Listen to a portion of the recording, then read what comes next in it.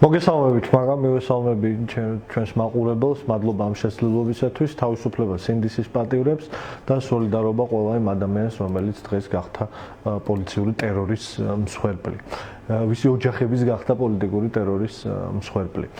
იცით რა არის?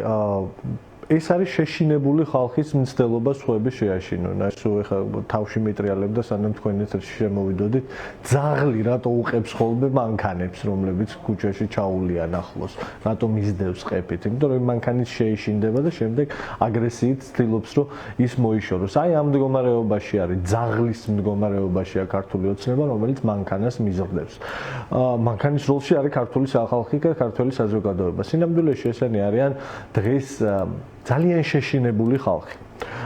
შეშინებული დისკომფორტში დისფუნქციური ერთის მხრივ ჩვენ ვხედავთ, რომ ისინი იძახიან, რომ ეს პროტესტი მათ არაფერს არ უშვება, რომ ეს პროტესტი ერთი ქუჩისაა, ერთი კვარტლისაა, მაგრამ მეორეს მხრივ ხედავთ აი ამ რეპრესიების უწყვეტ კასკადს, რომლითაც ამ პროტესტის ჩახშობას ცდილობენ ყველა მეთოდით, უბინძურესი მეთოდებით, მაკა შეხედეთ, აქ ხო ლაპარაკი იმაზე აღარ არის, რომ რა გადაცდომებიც და უბედურებაც შეიძლება და ტრიალებდა ნაციონალური მოძრაობის მმართველობის დროს იმასთან შესადარიც კი აღარაფერი აღარ არის. აქ ხო ჩვენ ცალსახად პირდაპირ შედარება შეგვიძლია გავაკეთოთ 37 წელთან მე-20 საუკუნის 1937 წელთან, როდესაც რეპრესიები ზენიტში შევიდა საბჭოთა საქართველოში. მე არ მაინტერესებს ახლა რუსეთში რა ხდებოდა, მე ვიცი რა ხდებოდა საქართველოში. მათ შორის ძალიან დოკუმენტირებული აქვს ეს ყველაფერი სოვლაპს, რომელიც დღეს ამ შეტევის ერთ-ერთი ობიექტია. სამშობლოს მტრები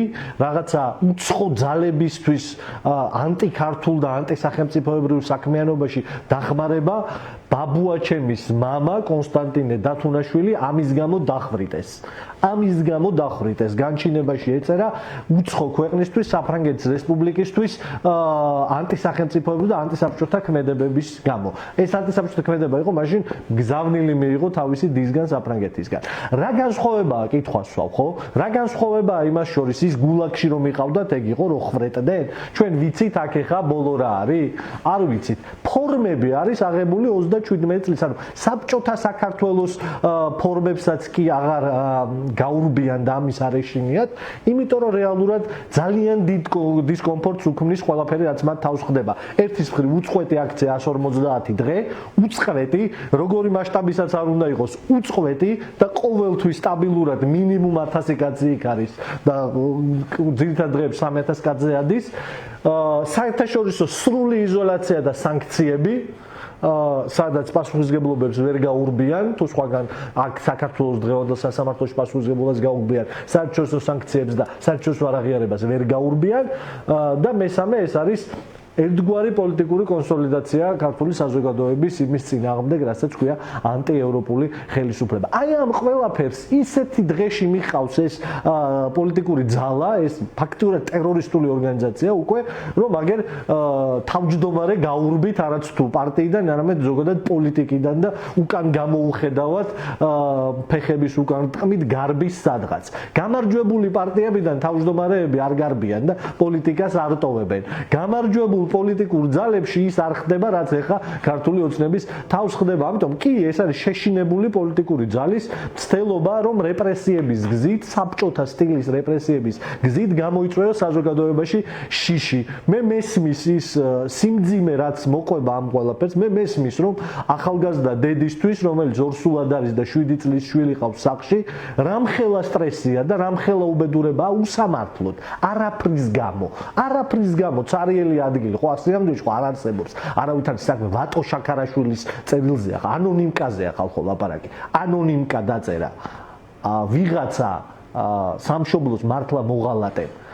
ანონიმკა დაწერა და ამ ანონიმკის საფუძველზე 7 წლის შვილს და ორსულ გოგოს შეუვარდნენ სახლში. აი სწორედ ეს მინდოდა რომ მეკითხა რაზეა და ქალისთვის თავზე ლაფი დამისხია, ვისაც ეს გონია ნორმალური, ვისაც ახლა ქართულ ოცნებაში ამის გაправებას ავალებენ და ვისაც ეს ყველაფერი ნორმად მიაჩნია, ყველას ქალიან კაციანა, ყველას ვაჟკაცობას, ყველას ქართველობას თავზე ლაფი დავასხი.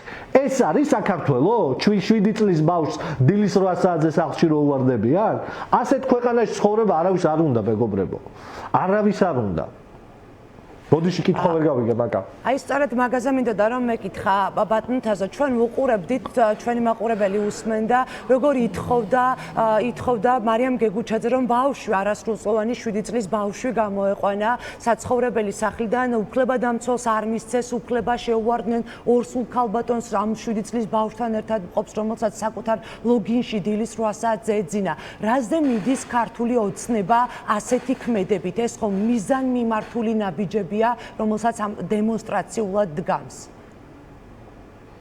პოლიტიკურად გაკოტრებული პოლიტიკური ძალა, პოლიტიკურად მთლიანად გაკოტრებულია, ანუ გულისხმობ დემოკრატიის პირობებში ელექტორალური საყრდენი აღარ დარჩათ, იმიტომ რომ მოსატყუებელი აღარაფერი აღარ დარჩათ, მაგრამ ფაქტი უთხოვარია, შეხედეთ ამას, ხო ვერაფერს ვერ უშვებიან, ქართული ოცნებს ვერაფერს ვერ უშვებიან. საქართველოს მოსახლეობის აბსოლუტურ უმრავლესობას 80%-ზე მეც აი ეს ქვეყანა უნდა ევროკავშირში. აქეთ ამ მხარეს არის პოლიტიკური ძალა, რომელიც ყველაზე მძიმე პერიოდში, კი 24 წლის ოქტომბრის არჩევნები ჩაატარეს იმ სლოგანით, ნახევარი ევროკავშირის, მითი რა ქვია, დროშით და იმ სლოგანით, რომ მივდივართ ღირსებით, მაგრამ ევროპისკენ. ეხლა კითხავს ვერთის, ღირსება რა არის? ეს არის ღირსება? 7 წლის ბავშვთან სახლში შევარდნა, ღირსება? ტყუილის გამო? ქალების ცემა აქ ქუჩაში ღირსება? ახალგაზრდა ბიჭების წამება ღირსება? სახეში შეფურთხება, პირში ჩაფურთხება ღირსება?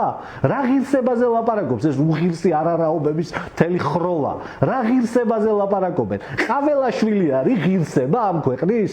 ცალფეხზე დამდგარი გაბადრული სახით იმაში, რომში ეგ არის ღირსების სახე, ესე გამოიყურება ღირსება.